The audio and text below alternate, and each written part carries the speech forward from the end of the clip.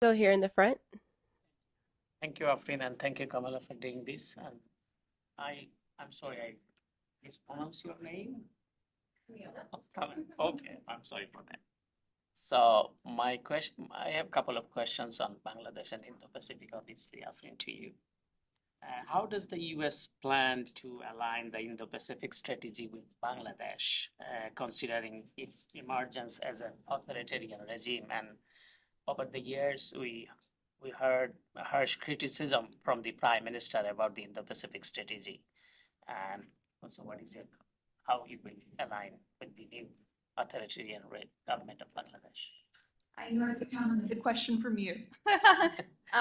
So I think, we are focused, we are incredibly focused on engaging civil society in Bangladesh. Again, the first pillar of the Indo-Pacific strategy is a free and open Indo-Pacific region. So I talked about the South Asia Governance Fund.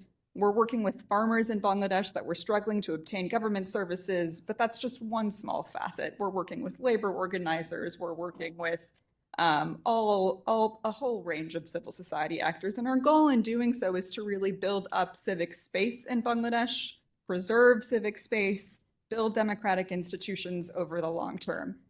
We're also engaged broadly with Bangladesh on broader sets of priorities. And we were actually pleased to see Bangladesh's Indo-Pacific outlook, which really mirrors a lot of what we're trying to do in terms of economic investment, working with Bangladesh on climate change, building out security and defense cooperation between our two countries. Bangladesh is, of course, one of our largest peacekeeping contributors, and we're very pleased to support that effort. So we actually do see broad alignment between our strategy, their outlook.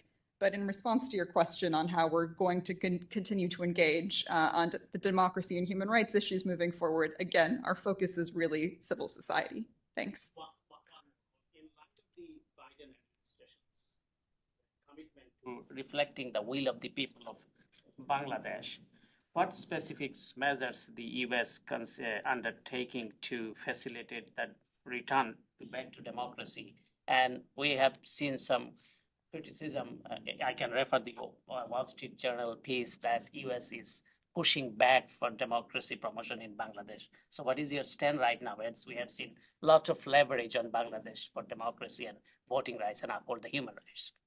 I mean, I think I would go back to my point on really wanting to focus on building up the institutions of democracy, the levers of democracy in Bangladesh. So that is working with media. So we have a tremendous amount of work ongoing developing free media in Bangladesh, working with civil society, working with labor organizers across the spectrum to build up these institutions of democracy that will enable Bangladesh to become, more democratic over the longer term.